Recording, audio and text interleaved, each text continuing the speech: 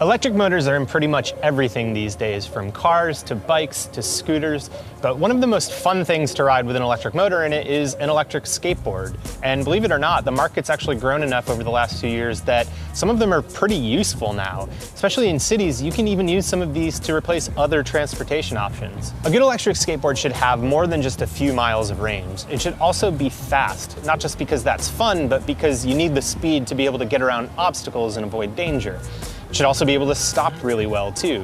And it'd be nice if it was cheap, but most of the best ones are still pretty expensive, so you want to make sure you're getting the most for your money. Unfortunately, it's not that easy to find one that ticks all those boxes, but if you choose carefully, you can find something that gets you really close and still lets you have a lot of fun.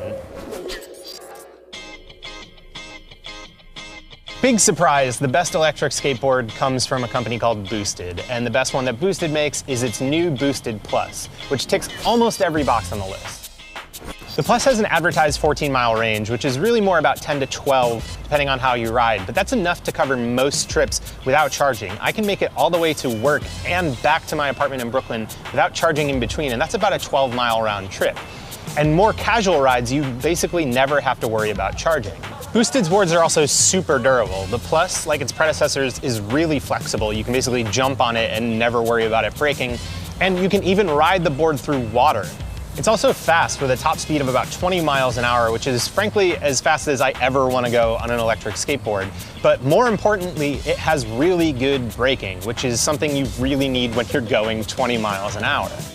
I also find Boosted's longboard the easiest to ride out of all the other options. It has really big wheels which grip the road really well. It has 4 different ride modes so you can start off slow. And maybe most importantly, Boosted just makes the best remote. It uses a spring-loaded wheel to accelerate and brake, and there's just the right mix of tension and play in that wheel so that the movements aren't too sudden so you go flying off the board. Boosted also makes the best app of any other electric skateboard company out there, which shows you stats like range. It has an odometer for how many miles you've traveled. It's just the most robust look at all the stats that you've generated while riding its boards. The Plus's size makes it easy and fun to ride, but it's also one of the board's biggest drawbacks. At 16 pounds, this thing is just not that easy to carry around when you're not riding it. And the charger it comes with is also pretty unwieldy, though the longer range means you hopefully won't have to carry that around as much. Another place where the Boosted Plus loses points is its price. Even though it's cheaper than the last model, it still costs $1,400. But so much of the competition is at or over that $1,000 price point that I'd argue this is where your money goes the farthest. For a completely different kind of ride, Boosted's new shortboard, the Mini, is a smaller counterpart to the Plus. It's a stiffer board, so the ride comfort isn't quite the same, and it weighs about the same at about 15 pounds. But I'm fine with those trade-offs for the price. The base level Mini starts at $800 and has about 7 miles of range, and Boosted sells an extended range option that goes up to 14 miles for $1,000. They're the smallest and cheapest boards Boosted has ever made, but they offer so much what I love about the big boards, the durability, the app, the ease and speed of the ride, in a smaller package that's hundreds of dollars cheaper. One of the only drawbacks about the Boosted Mini is the ride comfort. Everything feels like it rattles around a bit more because of the smaller wheels, the stiffer deck, and the shorter wheelbase. This just ultimately means you have to be a lot more careful on the Mini with bumps and cracks in the road.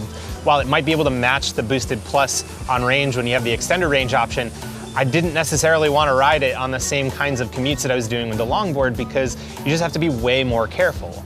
So if you want the quality of the Boosted longboard experience, but in something that is cheaper and definitely easier to carry around, the Mini is basically better than any other electric shortboard out there. Or let's put it another way, Boosted isn't the only company around making electric skateboards, but based on our experience, they're definitely the farthest ahead.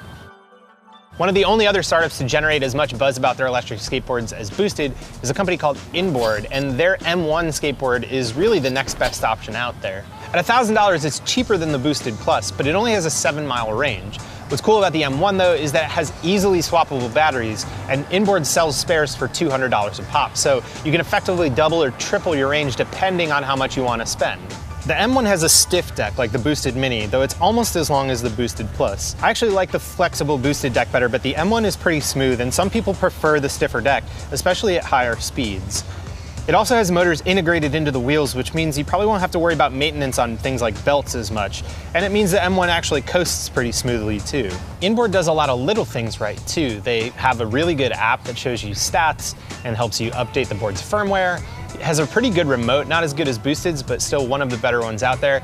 And there's also taillights and headlights on the board, which is good because it just helps you stay noticed on the street.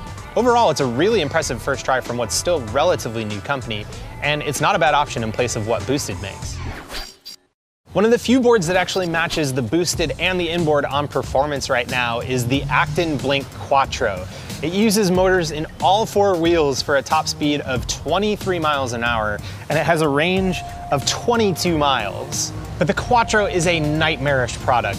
First off, the braking is just really bad. There's basically no way not to stop suddenly, which is basically a safety hazard. It weighs 25 pounds, which means it's the worst to carry around. The remote is really bad, and it costs $1,700. Acton's made a name for itself making some weird electric rideables and even a smaller electric skateboard before, but the Quattro is just nowhere near the quality of these other boards that we've been talking about.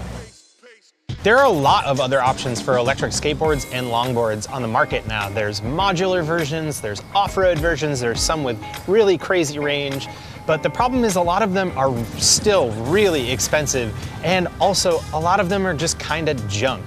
The truth is, there's still no great and cheap option here, so if you want to make sure your money goes the furthest, with great range, impressive reliability, and awesome performance, there's nothing that beats what Boosted has to offer.